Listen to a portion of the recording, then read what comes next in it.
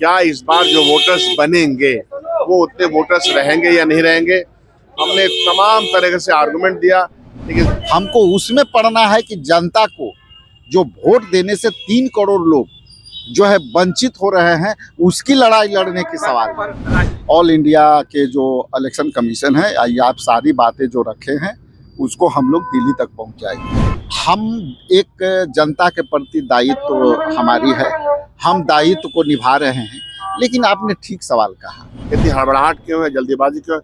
2024 में जितने वोटर्स ने वोट किया, अभी जो टोटल आपका वोटर्स बनेगा वो इससे ज्यादा बनेगा, तो इसका मतलब है कि इंक्लूड किया, और अगर कम हुआ तो इसका मतलब आपने एक्सक्लूड किया।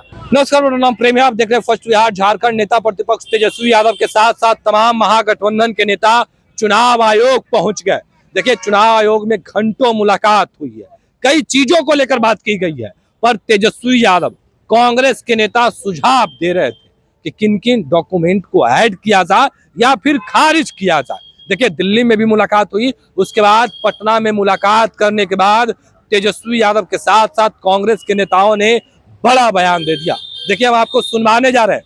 कांग्रेस के प्रदेश अध्यक्ष राजेश राम, कांग्रेस के विधायक दल के नेता डॉक्टर शकील अहमद खान किस तरीके से चुनाव आयोग पर आरोप लगा रहे हैं, और जो एनडीए के नेता सवाल उठा रहे हैं उनको भी जवाब दे रहे हैं। क्या कुछ कर रहे हैं, सबसे पहले आप वो सुने। आज आप लोग चुनाव आयोग मिलने आए थे, क्या कुछ बातें हुई? देखिए, चुनाव इलेक्शन कमीशन ने, बिहार के इलेक्शन कमीशन ने कहा कि आपकी जो भी बातें हैं हम लोग दिल्ली तक पहुंचा सकते हैं। आपकी संवाद को ऑल इंडिया के जो इलेक्शन कमीशन है, ये आप सारी बातें जो रखे हैं उसको हम लोग दिल्ली तक पहुंचाएंगे। और उस दिल्ली में पहुंचाने में हम लोगों ने कुछ बातों को भी अवगत कराने का काम किया, जिसमें हमने लोगों से सवाल किए कि भाई आधार कार्ड को आप क्यों नहीं मानिए। चूँकि अभी जो 2024 के लोकसभा चुनाव के बाद आपने आधार को लिंक भी किया है, और जब लिंक किया है तो उसको आप उस जो प्रिंट आ चुकी उसको आप ठंडे बस्ते में डाल करके नया पुनरीक्षण का जो काम कर रहे हैं, ये काफ़ी वोटरों के लिए ये घातक होगा। चूँकि उससे क्या है कि लगभग 2.5 करोड़ वोटर जो है वोट देने से इस बार वंचित हो जाएंगे। इन सारी भावनाओं के साथ बाढ़ के हवाला दे करके, सुखाड़ के हवाला दे करके, क्योंकि जिस तरह से बिहार के प्राकृतिक आपदा आती है तो उस आपदा में जो है निश्चित तौर पर लोग छूटेंगे। इसलिए हम लोगों ने जो लीगल, जो गवर्नमेंट जो लीगल एविडेंस मानती है, डॉक्यूमेंट मानती है, वो जैसे आधार है, जॉब कार्ड है, तो ये जो उसको आप नहीं मान रहे हैं, तो ये भी प्रस्ताव जाना चाहिए। और उन्होंने आश्वासन दिया कि हम केवल यहाँ से हम फॉरवर्ड कर देंगे, हम पूरी आपकी भावना से हम दिल्ली के इलेक्शन कमीशन को हम क्या लगता है, आप लोग जो सुझाव दिए उस पर अमल होगा? देखिए, हम एक जनता के प्रति दायित्व हमारी है, हम दायित्व को निभा रहे हैं। लेकिन आपने ठीक सवाल कहा, और ये सवाल को मैं इस तरह से कहूँगा कि ये केवल हमारी भावना, हमारी पॉइंट को ये केवल ऊपर पहुंचा सकते हैं। लेकिन जिस इलेक्शन कमीशन से मैं मिल के आया हूं दिल्ली में, वो इलेक्शन कमीशन जो है से हम लोगों को अपेक्षा नहीं है। चूंकि वो कुर्सी पर बैठे हुए हैं, लेकिन फैसला उनका कहाँ होगा ये वो बताएंगे। इसलिए हम लोग को अभी भी कोई अपेक्षा विपक्ष के नेता आरोप लगा रहे हैं कि बीजेपी के और आरएसएस के इशारे पर इलेक्शन कमीशन के लोग काम कर रहे हैं। कितनी सच्चाई? अब इस पे सच्चाई पर तो हम क्या कहेंगे।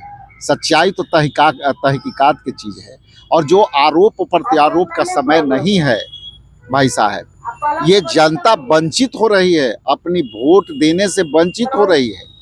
उस आरोप प्रत्यारोप में हमको नहीं पढ़ना है, हमको उसमें पढ़ना है कि जनता को जो वोट देने से 3 करोड़ लोग जो है वंचित हो रहे हैं, उसकी लड़ाई लड़ने की सवाल है।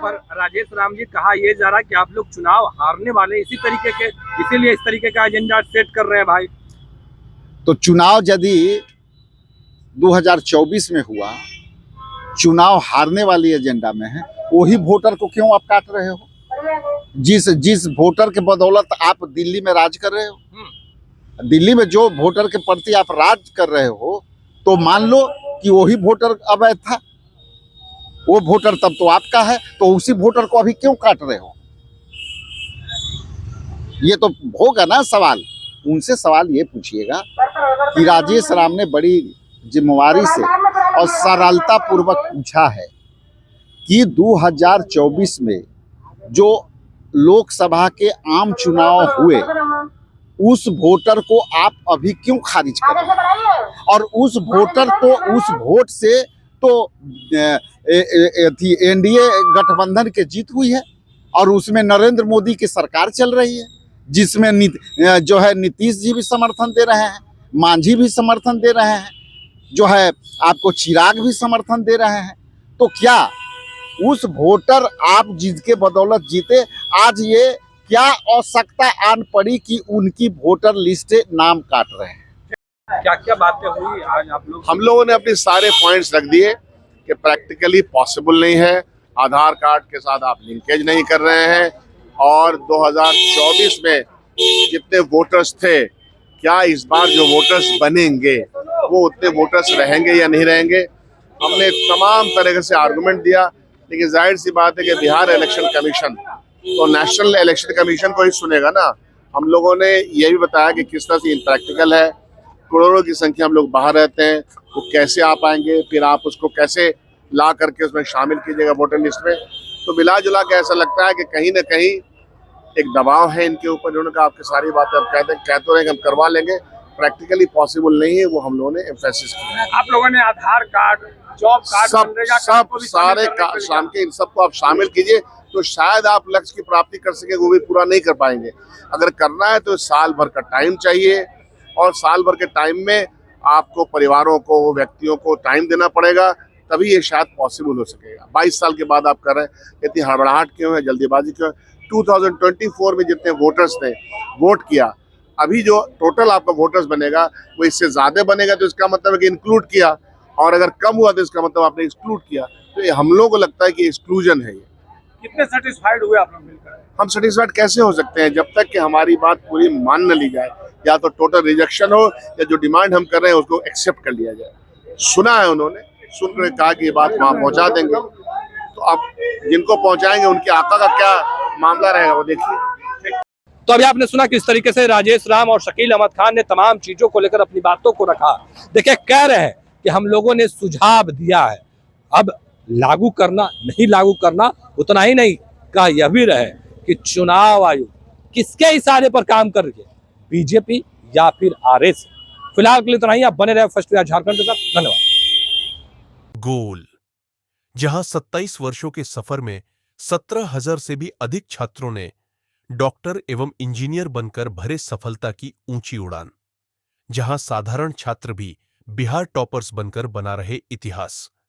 दूरदर्शी शिक्षाविद श्री बिपिन सिंह के मार्गदर्शन में मेडिकल एवं इंजीनियरिंग के लाखों छात्रों के लिए आशा की किरण के रूप में goal, the result factory. Netaji Subhash medical college एवं हॉस्पिटल का ऑर्थोपीडिक विभाग बिहार के सर्वश्रेष्ठ ऑर्थोपीडिक विभागों में से एक है, जहां दुर्घटना या अन्य कारणों से फ्रैक्चर के मामलों का नवीनतम तकनीक से इलाज की सुविधा उपलब्ध है। NSMCH, अम्हारा, बिहटा, पटना।